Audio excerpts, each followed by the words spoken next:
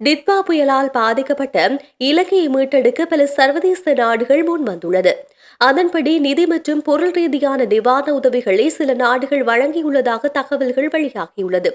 இதற்கமைய சர்வதேச மனிதாபிமான நட்பினூடாக நியூசிலாந்து அவசர மனிதாபிமான நிவாரணத்தை ஆதரித்துள்ளது. இதற்கமைய 1 மில்லியன் நியூசிலாந்து டாலரை நன்கொடையாக வழங்கியுள்ளது. பிரித்தானியாவும் அவசர நிவாரண நிதியுதவியை வழங்குவதாக அறிவித்துள்ளது. இதன்படி 8,09,000 அமெரிக்க டாலர்கள் நிவாரண நிதியாக இலங்கைக்கு வழங்குவதாக பிரித்தானியா அறிவித்துள்ளது.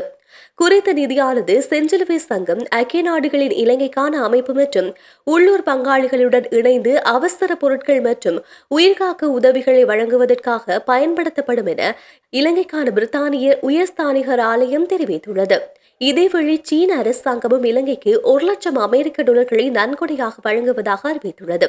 குறித்த நிதியை சீன செஞ்சிலுவை சங்கம் இலங்கை செஞ்சிலுவை சங்கத்திடம் வழங்கியதாக இலங்கையில் உள்ள சீன தூதரகம் அறிவித்துள்ளது. மேலும் அனர்த்த நிவாரண பணிகளை வலுப்படுத்தும் வகையில் இலங்கையில் உள்ள சீன வர்த்தக சம்மேளனம் மற்றும் வெளிநாட்டு சீன சங்கம் ஆகியன இணைந்து நன்கொடை திட்டங்களை ஆரம்பித்துள்ளது. இந்த இரண்டு அமைப்புகளும் இணைந்து அனர்த்தத்தால் பாதிக்கப்பட்ட பகுதிகளுக்கு ஆதரவளிக்கும் வகையில் 10 மில்லியன் இலங்கை ரூபாவை திரட்டியுள்ளது.